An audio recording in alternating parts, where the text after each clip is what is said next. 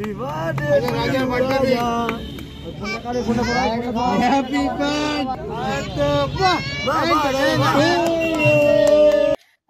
আছে পয়সা থাকলে ভূতের বাপেরও শ্রাদ্ধ হয়। ঠিক যেন সেরকমই এক কাণ্ড দেখা গেল চুঁচুড়ার বুনুকালীতলা এলাকায়।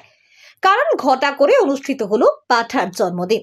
কেক কেটে একেবারে পাত পেরে খাওয়া হলো সাদা ভাত, ভেজ ডাল, ঝুড়ো আলু ভাজা, চিকেন কষা, চাটনি, পাঁপড়, মিষ্টি, আরো কত কি। শুনতে অবাক মনে হলেও পাঠার জন্মদিন পালন করে ঠিক এমনই আয়োজনই করেছিলেন কয়েকজন বাসিন্দা। এর কারণ প্রসঙ্গে জানা গেছে, গত বছর 2024 সালের 2রা জানুয়ারি শীতের রাতে বলি প্রদত্ত এই পাঠা ছাগলটি স্থানীয় এক নিঃসন্তান ব্যক্তির বাড়িতে চলে আসে।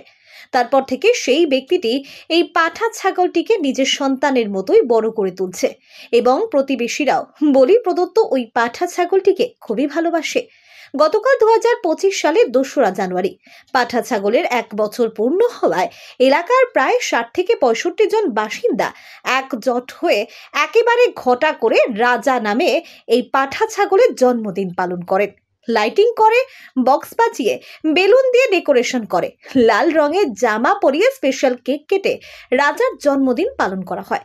তারপর এলাহি আয়োজন করে ভুরিভোজ করা হয়। এভাবেই পাঠা ছাগলের জন্মদিন পালন করেন তারা।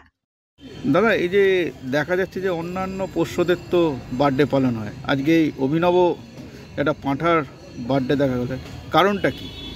কারণটা হচ্ছে আমরা এই যে পাঠাটার উদ্দেশ্যে আমরা করছি, পাঠাটা পেয়েছিলাম আমরা 2024-এ 2রা জানুয়ারি। তো আজ 2025 2রা জানুয়ারি, তার 1 বছর পূর্তি হলো। তো তার এই পূর্তি উপলক্ষে আমরা আজকে তার জন্মদিন পালন করি।